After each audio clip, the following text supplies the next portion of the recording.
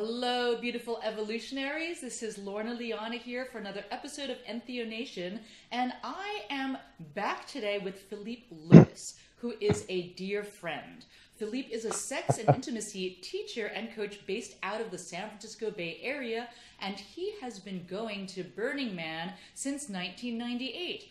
So he has gathered some great relationship wisdom for us today as we ready ourselves for the burn. So if this is your first time going to Burning Man with a partner, or even if it's not, this episode is for you. Thank you so much for joining us today, Philippe. You're welcome. It's great to see you again.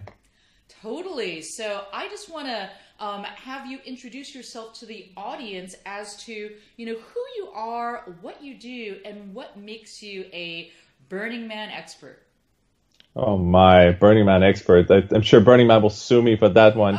Okay, that's right. So don't worry about it. No, I'm not worried about it. It's just funny how Burning Man is just so particular about the way Burning Man is used. But it's okay. I mean, essentially, I've been going to Burning Man since 1998. That's a long time. It's almost 20 years. Wow, 2018 is not that far.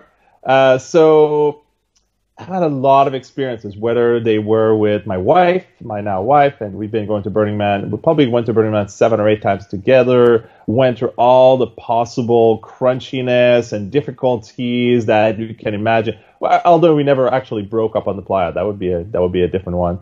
But fortunately, we never reached that point. But there's been some really, really intense moments. And then when not with her, I've been with different lovers because we're open, or even before her, and even by myself. And I've done big theme camps, or I've done small, intimate theme camps, or just camping by myself or with a few friends. So it's just a wide range of experiences I've accumulated. And essentially, I geek out on this kind of stuff. I love figuring out the way people interact and why they behave the way they do, and then I just kind of extract little bits of clarity and wisdom out of that, and then I just share it. And so you could call me an expert, or you could call me a geek. That's my way of reclaiming the word geek. It's just somebody who's really, really into what they do or what they're into, and in my case, it's relationships and intimacy. So how many times have you been to Burning Man? I think I'm going on 11 times at this point. Wow, I've skipped a few times. I skipped a few times because I could travel. Go 1 year, it was agonizing, but we decided to go to India and Thailand, and on the night of the burn, we were flying out. Another time we went to Maui, and we actually managed to watch the burn on our phone via, essentially it was like the phone to the cell network via satellite to Burning Man, watching the man burn. It was amazing. It was hilarious. Like, we were watching the man burning as we were camping on the edge of a beach on Maui. So there's just a variety of experiences not going to Burning Man, and experiences where it feels like to not be there when all of your friends are there and having an incredible time.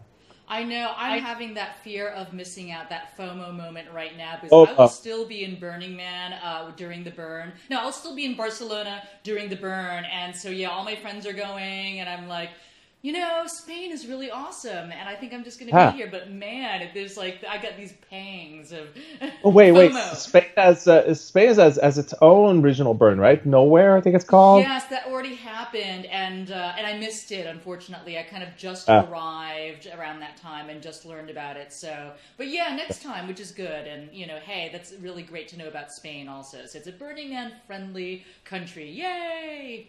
Yeah, absolutely. So you mentioned that you had some really intense moments on the playa, and I've heard of many couples breaking up and many friendships ending on the playa. So I'm kind of curious to know, why does that happen? Well, it's pretty simple. I mean, the playa. I mean, the playa is a cauldron.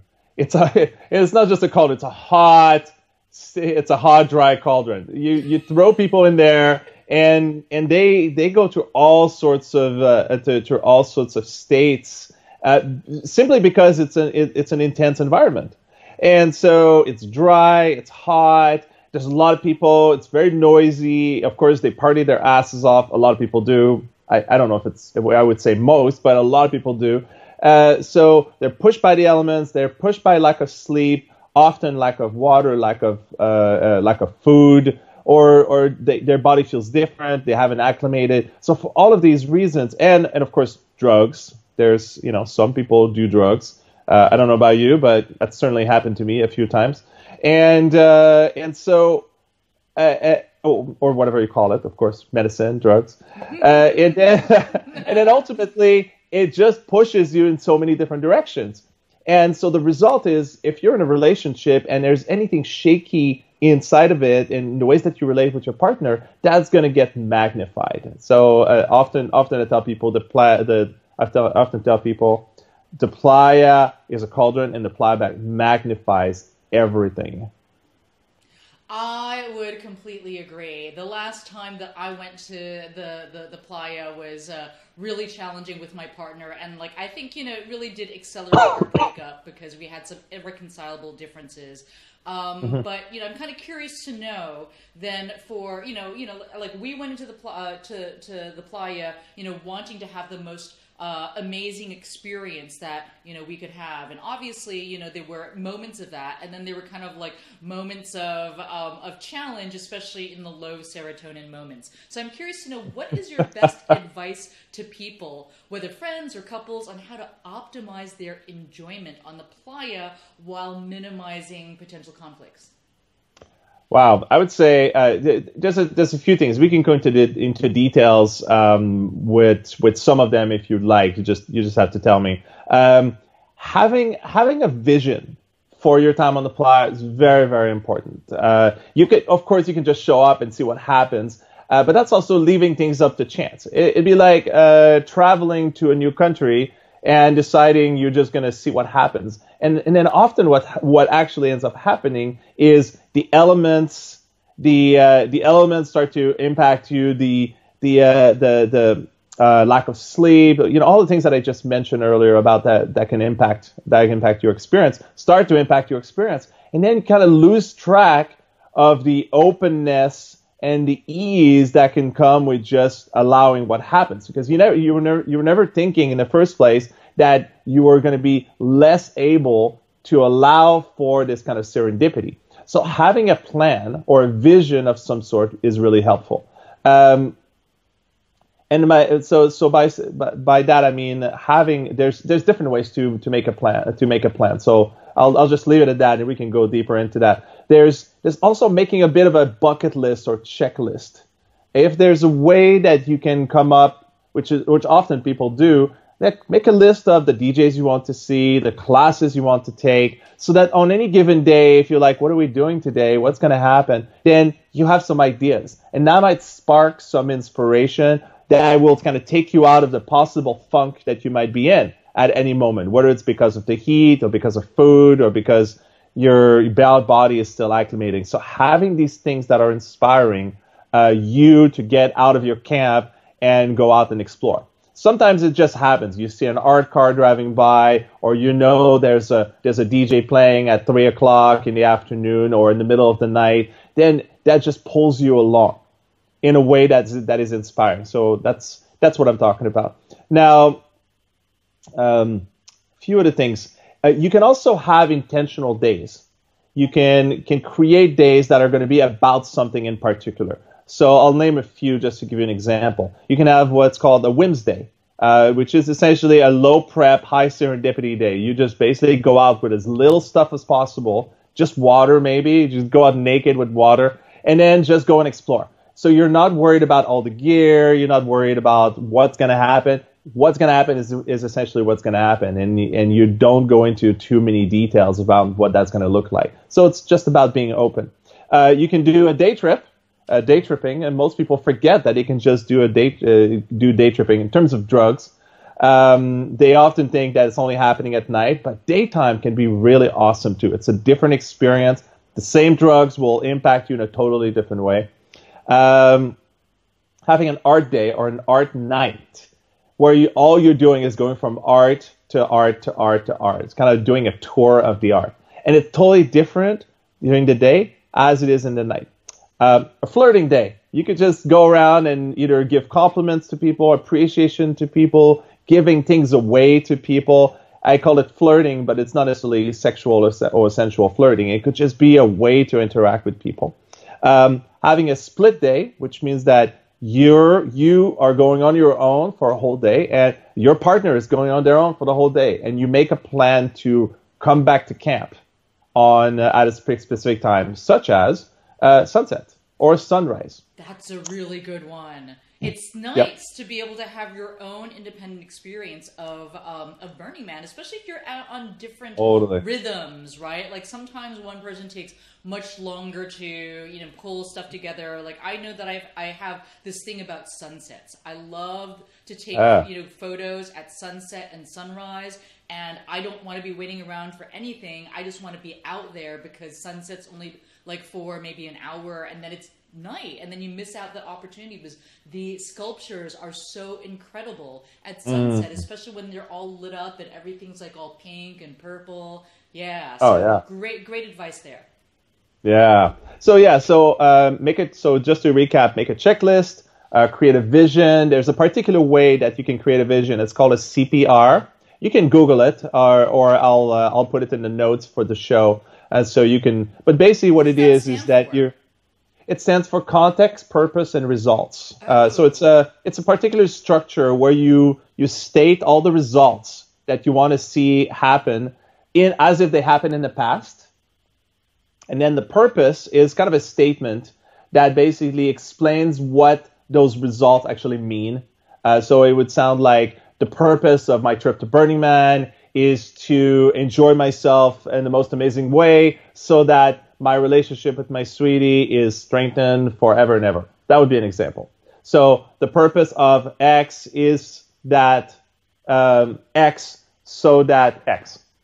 And then essentially you just sort of plug in the words and then see what comes out. The idea as you're writing the results and the purpose and also the context, which I'll talk about in a second, is to create something that's inspiring for both people. Now, the results don't need to happen for sure. They can just be something that might happen, that you would like to see happen. And when you speak about it, it's inspiring. But it's not a checklist that you need to have happen once you get there. And then the purpose also should be something that's inspiring. In terms of a sentence, it should be like, wow, I want that. And your partner is like, yeah, I want that too. And then the last piece is the context. And the context is just 1, 2, or 3 words that sort of is the title of that whole experience you're trying to create or that whole vision. So it could be shining love. It could be amazing adventures. It could be anything that both people are going to look at each other like, wow, I want to go on that trip with you now that I know that we both agree and we both feel good about this experience together as we spelled it out. This is also really great advice for the Grand Playa. So, whatever you do on the playa and this whole framework that you suggested, I mean, could you imagine if you took this into the world at large and how your experience would change with, you and your beloved or, you and your friends or just even you interacting in the world? Absolutely. It's something that you could use anytime in your life, and it just creates more consciousness around what happens. The more conscious you are about your experience, the more you're going to get out of it. Most of the time, I can't recall one time where this was not true. And so it's just really about putting more attention on the experience rather than just letting it happen. Sometimes when you let things happen, it turns out amazing.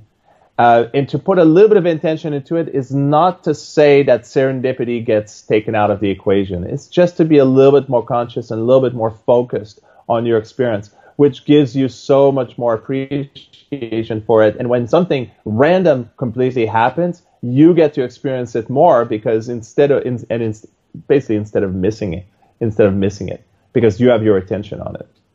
Okay, so then what do you have any additional recommendations for couples? So, it can be really pretty intense to be with each other in a harsh party environment 24/7 for 3 to 7 hot, dusty days. So imagine that and being in a tent and really hungover. So, what other relationship maintenance tips do you have? Okay, well, there's a couple of things I want to speak to. having the basics handle is super important. So I'd like to get into that just for a minute. And then I've got these rules of that my wife and I and a couple of friends came up with we call the rules of Burning Man, which is sort of like, here are the, if you've ever seen Fight Club, then you know the rules of Fight Club, and it's kind of the same idea, is to basically, we came up with these rules that at any moment we can look at each other and say rule number 3 or rule number 5, instead of going into a big explanation about what's going on. So I can go into that as well. But first, I'd like to say the most important thing, the basics of being at Burning Man together with a partner, is to have your heart, your mind, and your body handled. If you've got all 3, then everything will go a lot more smoothly. And a lot of people forget about the body part because they don't realize, especially if it's their first time at Burning Man, they don't realize that their body is going to be massively impacted. And then when your body's impacted, your heart is impacted, and you can't think straight. So I'll just go into that really quickly. First, acclimation. It's important to get your body ready for the playa. It makes a big difference if you spend a lot of time in the sun ahead of your trip, and get used to put on sunscreen all over, and expect that the playa will be hot, dusty, and dry. And it'll take about 2 to 3 days for your body to kind of adjust to that kind of hotness, that kind of heat, that kind of dryness and dustiness. Some people never get used to any of it, and they feel miserable the whole time, and that's also a possibility. So just keep in mind to take good care of your body. And here are some of the ways that you can do that. Have the right food and eat well. So, I mean, that should be a given, but when you're in a hot, dry environment, often people are less hungry, so they stop eating. And so you want to get your most favorite foods on the playa, and the ones that are easy to prepare, that won't go bad, so that when you're hungry, you're just going to grab something and eat it. And by won't go bad, I mean fruit. Fruit will go bad really fast. Bread will go back really fast. In fact, I'll share a document that has my favorite tips that includes some of these things. Water. Always drink more water than you think is necessary. I think that's pretty much a given, but people who don't go to the desert don't realize that even when they're not thirsty, they should still drink water. And then it's good to have things like emergency in it, and will help with the electrolytes, and it'll help you retain more of the water instead of just peeing it right out. Last piece, sleep. Well, not last piece. Actually, there's one more piece after that we should go into. So have a sense of how much sleep you need ahead of time. Like, if you're the kind of person who needs at least 7 hours of sleep, or 6, or can go by with less, then you need to know how you need to recover if you can go by with less.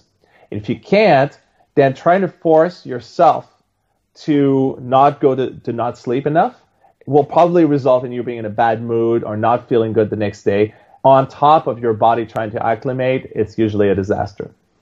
So get a really good sense of how your sleep patterns work, and share that with your partner, especially if it's a new partner, because you might have a different kind of sleep patterns, which means that one partner will want to be up, the other partner will want to sleep, and it could cause conflicts. So if you know that ahead of time and you can prepare for it, then when your partner wants to nap or sleep, then you know what to do. You can go out and explore, you can stay at camp and clean up. There's different ways you can adjust this.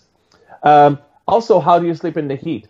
If you don't do it well, most people don't, then make sure you have the right kind of shade. So you could be outside of your tent in a shaded area and sleep on a cot or something like it. And also bring earplugs, because a lot of people, if you're in a tent, it's like there's nothing. You're only protected by the wind and by the dust and a little bit by the sun, but otherwise, in terms of sound, you can hear everything. So earplugs are very, very important. Last but not least, drugs or medicine. It's important to know the difference between the different drugs and the different medicines, and how your body and your mood is affected by them. So the difference between psychedelics or entheogens or other kinds of drugs. and how they affect you. So knowing that, you can have a conversation with your partner ahead of time about how you like to engage in recreational drugs and how that affects you.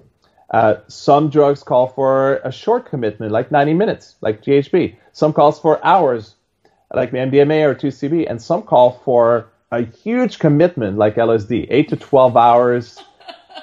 You have to be ready for that, because if you know that your body will need to sleep in 8 hours, and then you come back to camp and you're still tripping, then you won't sleep, and then you'll feel crappy the next day. So you have to gauge and prepare for the commitment that the drugs will involve, so that when you need to sleep, you can sleep. When you're out there and partying, you can go out there and partying, and coordinate that and calibrate that with your partner.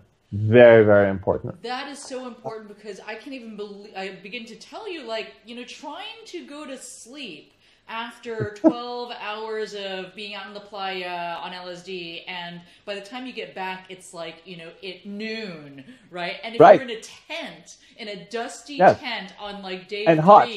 Oh my God, it just like, that sounds horrendous. You might want to find some nice furry pile, beanbag piles in like a chill out zone somewhere, and just make that your crash pad, Yes.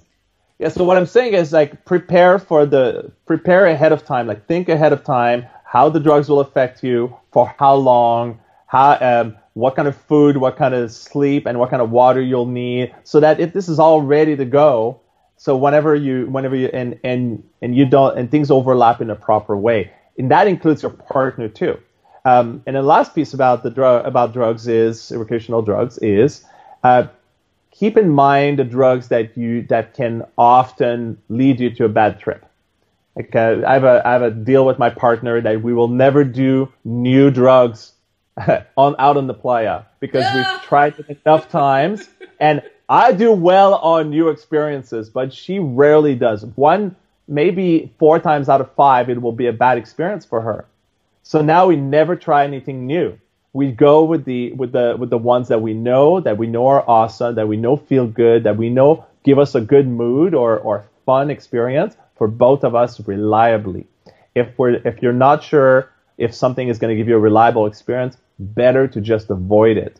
Or if you do go for it, then realize that this might turn out into a bad experience, and be ready with that expectation. Not that you expect it to be that way, but you expect that if something goes bad, that you'll know what to do, such as we'll just go back to camp, or I'll need to sleep. And if you don't want to sleep, then we need to know what to do, because in those moments of bad trips, you can't think straight. So it's better to think ahead and be ready for an experience that might happen, rather than try to decide in the moment who stays up, who can go out, is this okay, is this not okay. Those are all really great tips. Thank you. So how about the whole playa romance thing? Because, it's like you go there, and there's just so many opportunities, right? If you're single, or if you're open, or, there's just lots of people running around really sexy or naked, and it just seems like having a playa romance, is actually quite hard to avoid, I don't know. I mean...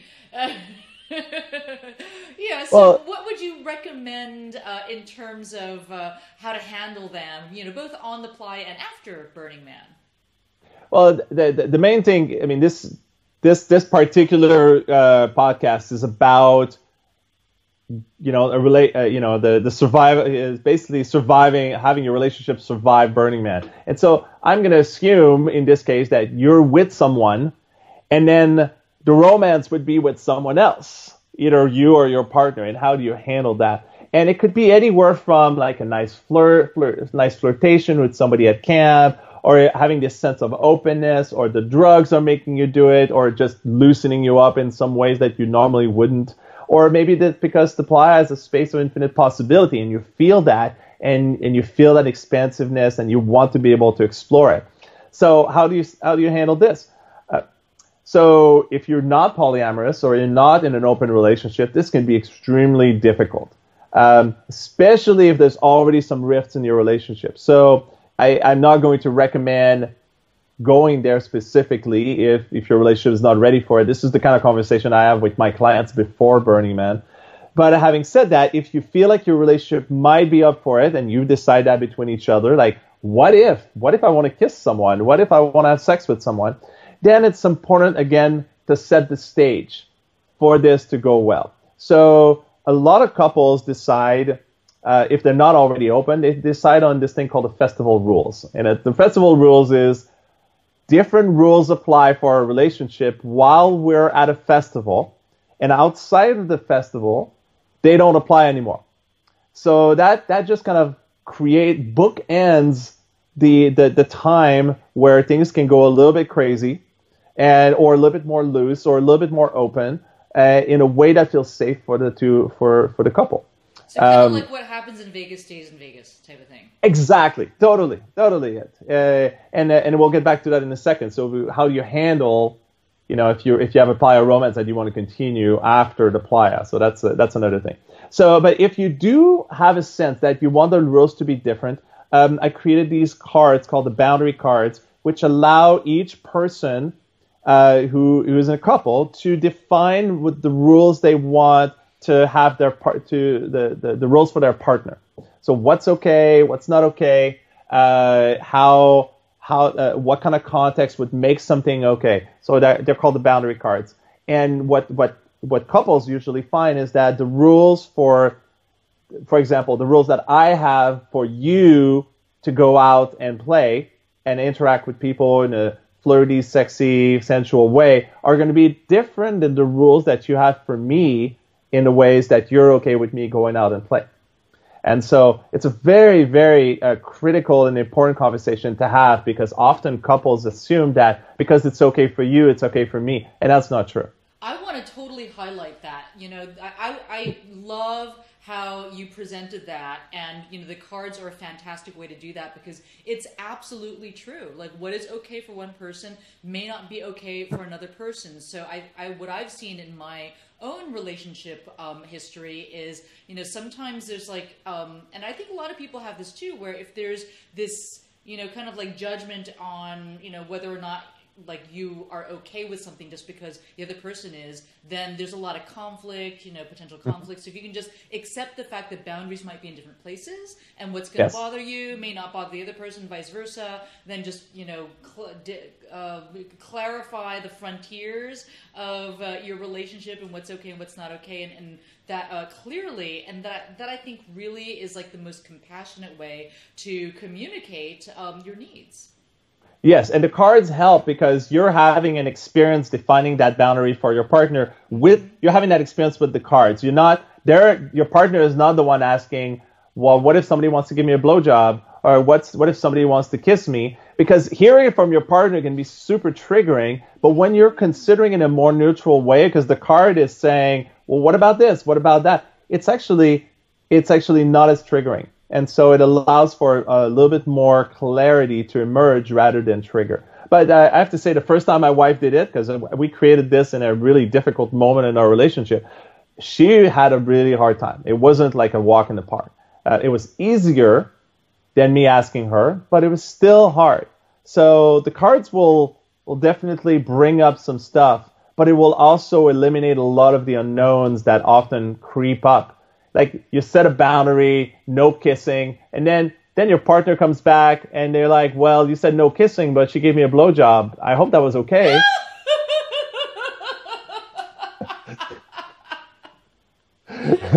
However, if for some, it's a funny example, because the reason is because most people are thinking, well, yeah, blowjob is way more intimate. But that's not necessarily true. For some people, kissing is more intimate. That's really interesting.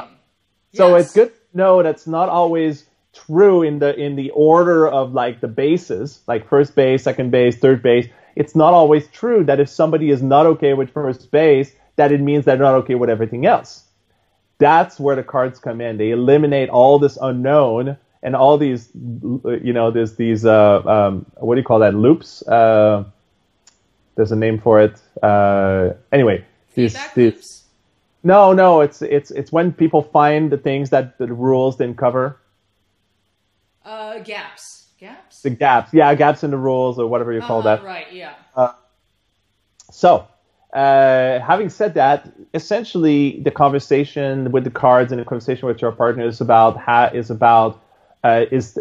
figuring out what types of experiences are okay, or not okay, and is it going to be with other separately or together? If there's a playa romance or a playa, when I say romance, I also mean it could be a sexual experience or sensual experience. How many experiences are okay? I mean, I've had my wife tell me, you can have 3 experiences, and these are the boundaries for the experiences. And I did, and it was awesome because I felt like I stayed within the bounds. And she still had a hard time, but not because of the number of experiences. This is because of the type of experiences. But having said that, to be able to set boundaries just tonight versus not with our friends, I mean, all of these things kind of help figure out what's okay and what's not okay. And it's important to know that even if somebody says, I'm okay with this, that the reality of it will be different, possibly different than the imagining of it. So the forecasting, just like the weather, forecasting is an imprecise art or science, depending on how you look at it. And so it's good to know. You can't just say, well, you said you were going to be okay with me kissing somebody else.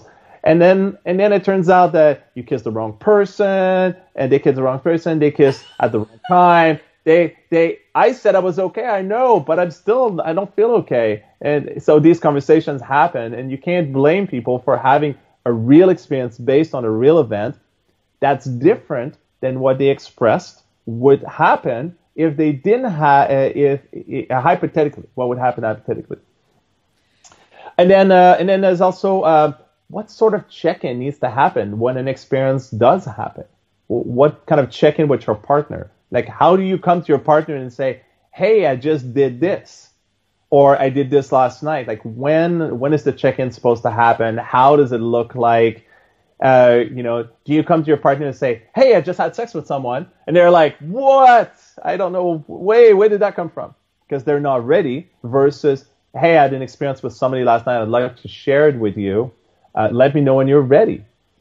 And then at least emotionally, the person can just brace themselves, not in the middle of not between 2 bites of their lunch. And then they can say, okay, tell me what happened. And tell me this level of details. I don't want to know who it is, or I do want to know who it is, or I want to know this, what basis. Was it first base, second base, third base? So all these conversations are good to have. And I just want to say, I'm giving you like a few nuggets here, but the reality of it is this is a practice. So it's a bit of a crapshoot when you do it and you've never done it before. It might turn out great, or it might turn out awful, because you don't know the sensitivities of your partner in that particular regard. Once you've practiced it many times and you know how you react to their sensitivity, because it's not just about them after you have an experience with someone, it's about them having an experience, and then what's your response about what you shared, and then how this kind of spirals either into goodness or into the pits of hell. The pits of hell. Oh my goodness. All right. So I just want to let you know that we're coming to the end of our interview time here. So let's take this back from the pits of hell. I want to ask you my favorite question, which is, Philippe, what was the most visionary experience you've had at Burning Man? Oh, wow. Yeah, you told me earlier that you were going to ask me that, and I was like, wow, this is a long story. So I'm going to try to keep it short. 1999, I joined a particular camp called the Burning Man Opera. Most people haven't heard of it unless they've been going to Burning Man for many years.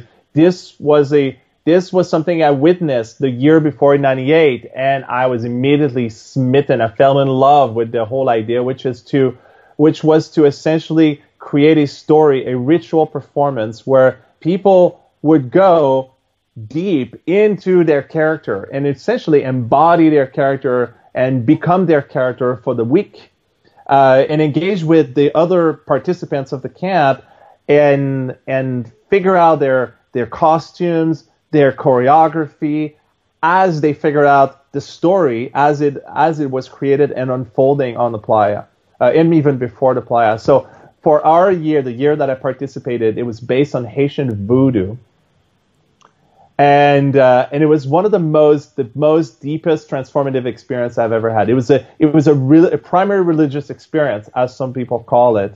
I literally became this general as I interacted with people. Even my girlfriend was like, "Who are you? And what did you do with my boyfriend?"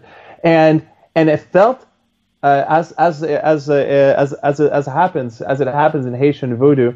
I felt literally guided by a spirit, by the spirit of this general, and it gave me great power and a great sense of myself. And then after we finished the performance, I felt that spirit leave. And I spent years after that finding that power again for myself, because that spirit wasn't there to support me. So it was just a deep, intense experience, and also an experience of loss and grief after the performance, and after I felt like, after it felt like the performance was over. So maybe that's what we call visionary. I don't know, but it was amazing. Sounds to me like a very, very much a mediumship work. There's a lot of spiritual communities in Brazil that still do that kind of work, but in a much more I don't know. I mean, like traditionally ceremonial, container. But at the same time, Burning Man is one big ritual. So it wouldn't at all surprise me that you would have a real experience of spirit incorporation and how that would actually affect you. So. Oh yeah, that's great. Oh, and we're not going to have the time to talk about it, but over time, I came up with these things I call the 10 rules of Burning Man, and I did mention it a little bit earlier, so I'll make sure that it's on the website so you can look them up. They're very useful to have.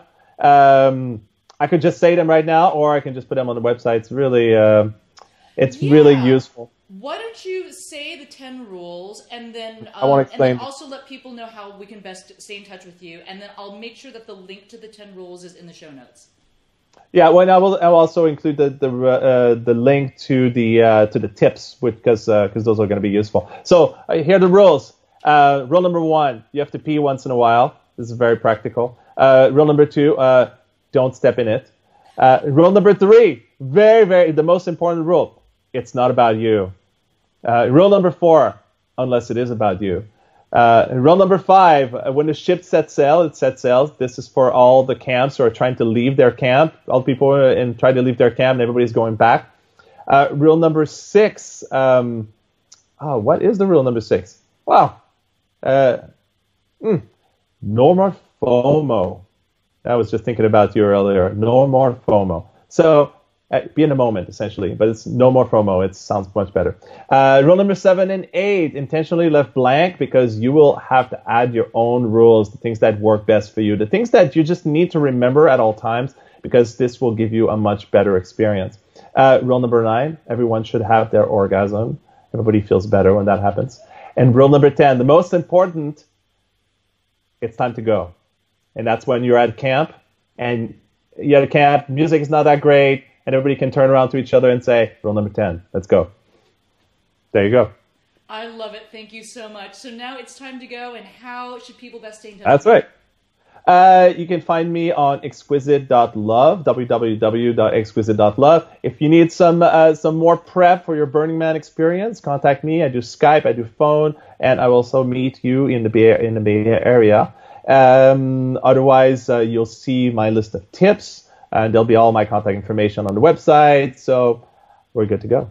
All right. Thank you so much. That was really enjoyable. And I hope to run into you again on the playa. Whenever I see you, I'm always happy. Yeah, totally. We've known each other for a long time, and I really, really value our friendship. Thank you, Lorna. Totally, man. Okay, have a good one. Bye-bye. Thank you. Bye.